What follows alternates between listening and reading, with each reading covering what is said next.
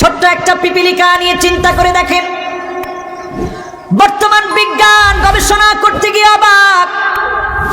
পিপিলিকা খাদ্য সংগ্রহ করে রাখে, শস্য সংগ্রহ করে তার সংরক্ষণগারে রাখে।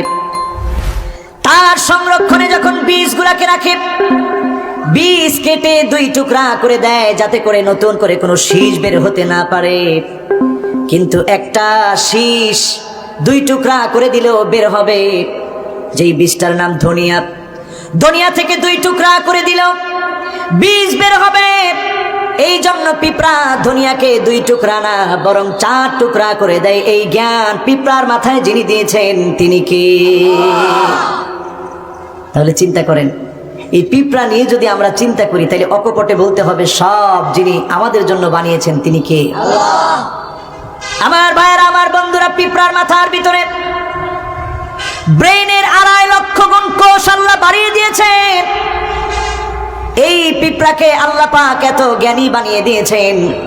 অনেক যন্ত্র দিয়ে ভূমিকম্প কখন হবে এটা আইডেন্টিফাই করা যায় না, কিন্তু যেই পিঁপড়ার কান্নায় হাঁটু থেকে নিয়ে পা এর মাঝখানে আল্লাহ একটা সেন্সিং ভাইব্রেশন দিয়ে রেখেছে।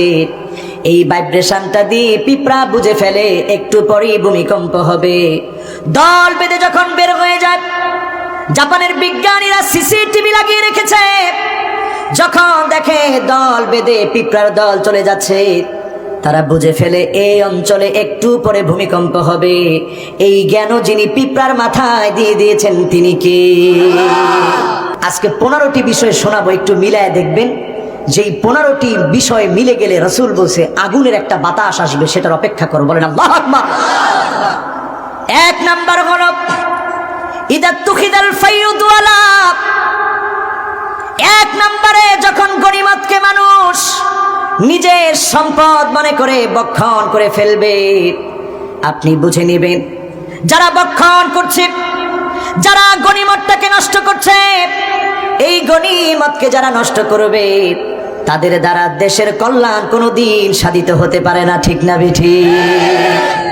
আলামত নাম্বার কত? 1। কয়টা বিষয়ের পরে আযাব আসবে? আরো আসতে বলেন। এরপরে আমার ভাইরা, ওয়াল আমানাতু মাগনামা। 2 নাম্বার বিষয় হচ্ছে আমানত যখন রাখা হবে, আমানতের খেয়ানত যখন করা হবে, আপনি বুঝে নেবেন অগ্নি বাতাস আসার সময় একেবারে সন্নিকটে। ঠিক না বেঠিক? এখন বলেন আমানতদারিতা কি আছে? রাস্তাঘাট, ব্রিজ, কালভার্ট, কোটি কোটি টাকার বাজেট যদি আমানতদারিতা আপনি নষ্ট করেন, তাহলে বুঝবেন আযাব আমরা নিজ হাতে ডেকে আনতেছি। ঠিক না বেঠিক? কত নাম্বার? কথা কয় না। কত নাম্বার? বলবো কয়টা? গেছি কয়টা? বাকি আছে কয়টা? ওয়াজ যাকাতু মাগরামা। এমন একটা সময় আসবে যাকাতটাকে মানুষ অভিশাপ মনে করবে। যাকাত দেওয়ার সময় হলে মুখ কালো হয়ে যাবে। আজকে সমাজের দিকে তাকায় দেখেন, হাজার হাজার কোটি টাকার মালিক 1 ট্রাক শাড়ি কিনে যাকাতের শাড়ি নাম দিয়ে ওই সমস্ত মুনাফিক যাকাতের নাম করে যাকাতের শাড়ি বিতরণ করে। যাকাত কোনোদিন তার পক্ষ থেকে আদায় হবে না। ঠিক না বেঠিক? হুজুরা জিজ্ঞাসা করলে কয় হুজুর অনেক দিস। কি দিছেন? 1 ট্রাক যাকাতের শাড়ি, যাকাতের লুঙ্গি সব দিয়েছি পুরো গ্রামবাসীকে, একজনও বাদ নাই। হাক্কুল লিসাইলি ওয়াল মাহরুম। যাকাত তার জন্য, তার হক, তার সন্তানের ওষুধ লাগবে, পোশাক লাগবে। আপনি যখন যাকাত দিলেন, এই যাকাতের দ্বারা যখন কিনবে, তার হকটা আদায় করলেন, যিনি খুশি হয়ে যাবেন, মালের বরকত বাড়ায় দেবেন তিনি কে?